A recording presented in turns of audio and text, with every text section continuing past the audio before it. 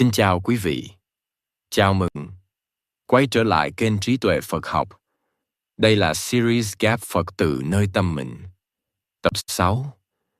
Trong tập trước, Lama Zopa Rinpoche nhắc rằng cơ hội nghe Pháp và bước vào con đường tu không phải lúc nào cũng có, và vì vậy cần biết trân trọng hiện tại.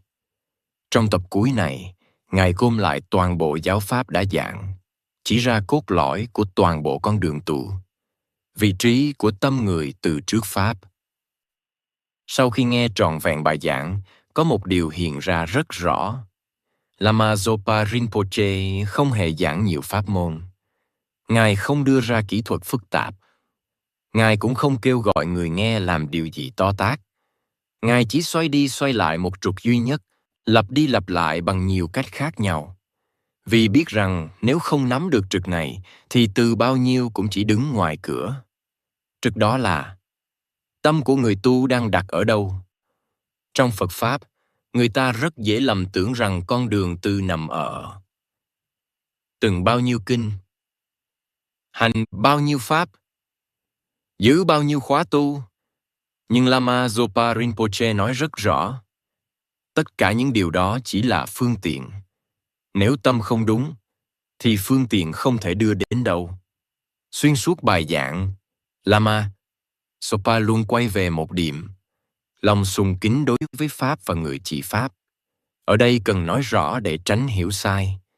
Lòng sùng kính không phải là mê tín, không phải là tôn thờ con người, không phải là đánh mất sự tỉnh táo. Trong Phật Pháp, sùng kính nghĩa là tâm chịu hạ xuống trước Pháp, tâm biết rằng mình còn vô minh, và sẵn sàng để Pháp dẫn đường, thay vì cái tôi. Lama Zopa Rinpoche nói rằng, nếu không có nền tảng này thì dù gặp Phật cũng không nhận ra Phật. Không phải vì Phật không đủ từ bi, mà vì tâm người tu không đủ khiêm hạ để thấy. Ngài nhấn mạnh rằng, khi tâm đặt đúng chỗ thì qua cửa nào cũng là Pháp. Khi tâm đặt sai thì đứng trước Phật cũng chỉ thấy một người thường. Lama Zopa Rinpoche nói rõ thẳng, người tu không tiền không phải vì thiếu Pháp, mà vì tâm luôn đứng cao hơn Pháp. Tâm muốn chọn, muốn sợ, muốn phán xét, muốn giữ quyền kiểm soát. Khi đó, Pháp không có chỗ đứng. Ngài dùng rất nhiều ví dụ đời thường để nói một điều rất sâu. Phật không bao giờ rời bỏ chúng sinh. Chỉ có chúng sinh tự quay lưng lại với Pháp. Không phải bằng hành động lớn, mà bằng những thái độ rất nhỏ. Xem thường cơ hội, coi thường bạc chỉ đường, và tin rằng mình tự hiểu rồi. Trong bài giảng, Lama Zopa Rinpoche cũng làm rõ một điều để người mới không hiểu lắm. Con đường tu không đòi hỏi phải bổ đời sống, không đòi hỏi phải rút vào rừng, cũng không đòi hỏi phải trở thành ai khác. Điều duy nhất được nhắc đến là cách tâm tiếp xúc với Pháp trong đời sống hàng ngày. Ngài nói rằng, người bận rộn vẫn tự được, người nhiều lô toan vẫn tự được, miễn là trong những khoảnh khắc rất nhỏ. Nghe Pháp với tâm tôn trọng, gặp bậc thầy với tâm biết ơn, và nhìn lại mình, thay vì nhìn lội người khác. Đó đã là tự.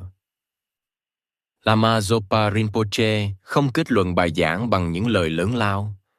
Ngài chỉ nhắc đi nhắc lại một điều rất giản dị. Nếu không có lòng sùng kính, thì mỗi pháp đều trở nên khô cúng. Nếu có lòng sùng kính, thì đời sống hàng ngày cũng trở thành con đường tu. Ở đây, cần nói cho rõ để tránh tà kiến lần cuối. Sùng kính không phải là cầu xin, không phải chờ đợi ai ban cho điều gì. Sùng kính là mở tâm ra để học, chấp nhận rằng mình chưa thấy hết, và cho phép Pháp dần dần mình đi. Tập cuối của series Gặp Phật Tử Nơi Tâm Mình khép lại ở đây, không phải bằng một câu trả lời, mà bằng một hướng quay.